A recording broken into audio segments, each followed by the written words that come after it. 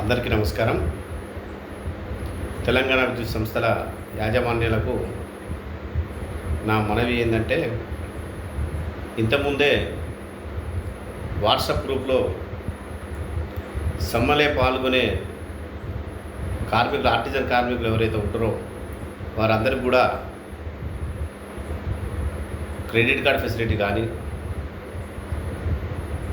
Reimbursement facility కానీ ఉండదు అని చెప్పేసి ఉత్తర్వులు ఇచ్చినట్టు వాట్సాప్ గ్రూపులలో చూడడం జరిగింది. అంతేకాకుండా ఒకటి టర్మినేషన్ ఆర్డర్ కూడా ప్రిపేర్ చేసి ఆ టర్మినేషన్ ఆర్డర్స్ కూడా ఈ వాట్సాప్ గ్రూపులలో పంపడం జరిగింది. వాస్తవానికి ఆర్టిజన్ కార్మికుల యొక్క పరిస్థితి, ఇలా వాళ్ళు రోడ్డెక్కి ఉద్యోగం చేసి ఇలా నిరోధిక సమ్మెకు పోవడానికి కారణం ఏందో కూడా యాజమాన్యానికి తెలుసు. గత ప్రభుత్వం 23,000 మంది కార్మికులను, ఆర్టిజన్ కార్మికులను రెగ్యులరైజ్ చేస్తున్నామని చెప్పేసి అసెంబ్లీ సాక్షిగా చెప్పి వాళ్ళందరినీ కూడా రెగ్యులరైజ్ చేయకుండా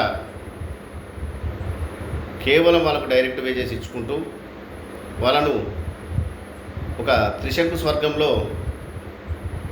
ఉంచినట్టు ఒక ఆర్టిజన్ పేరుతో ఒక ఆర్టిజన్ అనే ఒక నామకరణం అనేది ఒకటి క్రియేట్ చేసి మనను ఈ డిపార్ట్మెంట్లో వాళ్ళతోటి శ్రమదోపిడీ చేయించుకుంటుంది. వాస్తవానికి అందరికీ తెలిసిన విషయమే, ఎలక్ట్రిసిటీ ఇండస్ట్రీ పుట్టిన కాంచెల్లి కాంట్రాక్ట్ లేబర్ ఎవరైతే ఉంటారో వాళ్ళందరూ కూడా క్యాజువల్ లేబర్ కానీ, ఎన్ఎంఆర్ కానీ, విఈడబ్ల్యూ కానీ వాళ్ళందరినీ రెగ్యులర్ శాంక్షన్ పోస్టులకు అగెనెస్ట్గా వాళ్ళ క్వాలిఫికేషన్ బేస్ చేసుకొని వాళ్ళందరూ కూడా అప్పుడు రెగ్యులరైజ్ చేసుకోవడం జరిగింది. ఈరోజు వీళ్ళందరూ కూడా పుట్ట చేతులు పట్టుకొని ఇలా రోడ్డు మీద పడి అన్నమో రామచంద్ర అని చెప్పేసి అని వాళ్ళందరూ కూడా పోరాటం చేస్తా అంటే వాళ్ళని పిలిచి చర్చల ద్వారా సంప్రదించి వాళ్ళ సమస్యను పరిష్కారం చేయాల్సింది పోయి వాళ్ళని బెదిరించి వాళ్ళకు టర్మినేషన్ నోటీస్ ఇస్తామని, నౌకర్లకి తీసేస్తామని చెప్పి బెదిరించి మన స్ట్రైకు కాలప్ చేయించుకోవడం అనేది కరెక్ట్ కాదు. ఒకసారి మీరు ఆలోచించాలి. వాళ్ళు గత 20 సంవత్సరాల నుంచి ఆర్టిజన్ కార్మికులందరూ కూడా గుడ్డు చాకరీ చేస్తున్నారు. ఒక ఇండస్ట్రీలో ఒకే పని చేసే ఇద్దరు కార్మికులకు 2 సర్వీస్ రూల్స్ పెట్టి వాళ్ళకి ఇచ్చే జీతాలలో కూడా వ్యత్యాసం చూపించి ఇలా ఈ మేనేజ్మెంటు ఈ సంస్థ నడుపుతుందంటే అదైతే కరెక్ట్ కాదు. మీరు కూడా ఒకసారి ఆలోచించాల్సిన అవసరం ఉన్నది.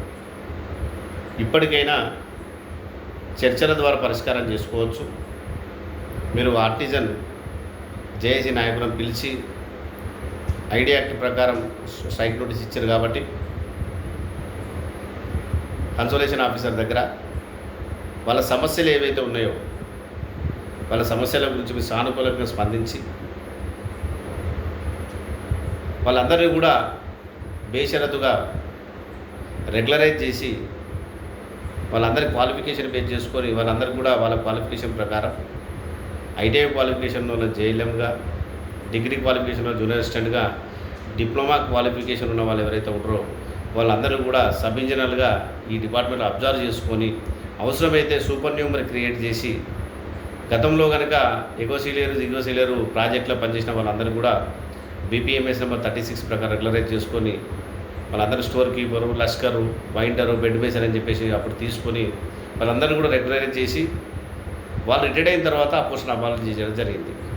వీళ్ళని కూడా ప్రస్తుతం ఉన్న పరిస్థితులలో సూపర్ న్యూమరీ క్రియేట్ చేసినా కానీ వీళ్ళందరూ రెగ్యులరైజ్ చేయాలని చెప్పేసి తెలియజేసుకుంటూ మరొకసారి యాజమాన్యాన్ని మేము కోరుకునేది ఏంటి అంటే, భారతీయ మజ్దూర్ సంఘ్ తెలంగాణ రాష్ట్ర పవర్ ఎంప్లాయీస్ యూనియన్ తరఫున మేము కోరుకునేది ఏంటి అంటే, మీరు ఎంత అణిచివేస్తే వాళ్ళ ఉద్యమం ఇంకా అంత ముందు పోతుందని చెప్పేసి తెలియజేసుకుంటూ, రేపు వీళ్ళు చేసే ఉద్యమం వల్ల ఎండాకాలం వ్యవసాయదారులు, వినియోగదారులకు కూడా చాలా ఇబ్బంది జరుగుతుంది.